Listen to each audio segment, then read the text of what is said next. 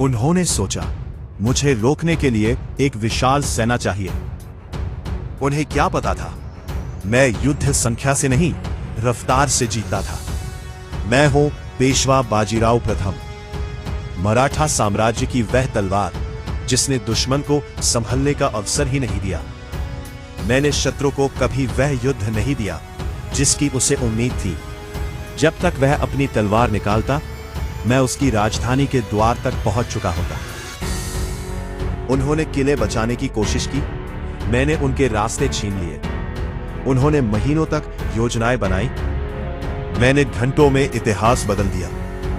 फिर सामने आया निजाम उल मुल्क। उसे विश्वास था कि वह मराठों की गति रोक देगा, लेकिन पालखेड़ के युद्ध में मैंने बिना किसी निर्णायक आमने सामने की लड़ाई के ही उसे घुटने टेकने पर मजबूर कर दिया। यही असली युद्ध कला है, दुश्मन को हराना नहीं, उसे लड़ने लायक ही न छोड़ना। मेरी सेना हवा की तरह चलती थी, सैकड़ों किलोमीटर की दूरी कुछ ही दिनों में तय कर देती थी। उत्तर से दक्षिण तक मेरा नाम मेरी सेना से पहले पहुंच जाता था। लोग कहते हैं मैंने 40 से अधिक बड़े युद्ध लड़े और एक भी नहीं हारा, क्योंकि मैं केवल तलवार नहीं चलाता था, मैं समय, गति और रणनीति तीनों को अपने पक्ष में लड़ाता था।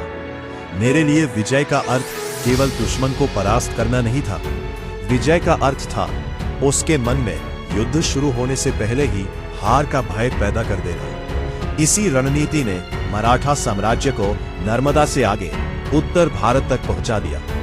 इतिहास में अनेक महान योद्धा हुए, लेकिन बहुत कम ऐसे हुए जिनकी युद्ध नीति आज भी सेनाओं को पढ़ाई जाती है। मैं हूं पेशवा बाजीराव प्रथम, वह योद्धा जिसने बिजली की गति से साम्राज्य खड़ा किया और सिद्ध कर दिया, युद्ध तलवार से नहीं, बुद्धि, गति और साहस से जीते जाते हैं।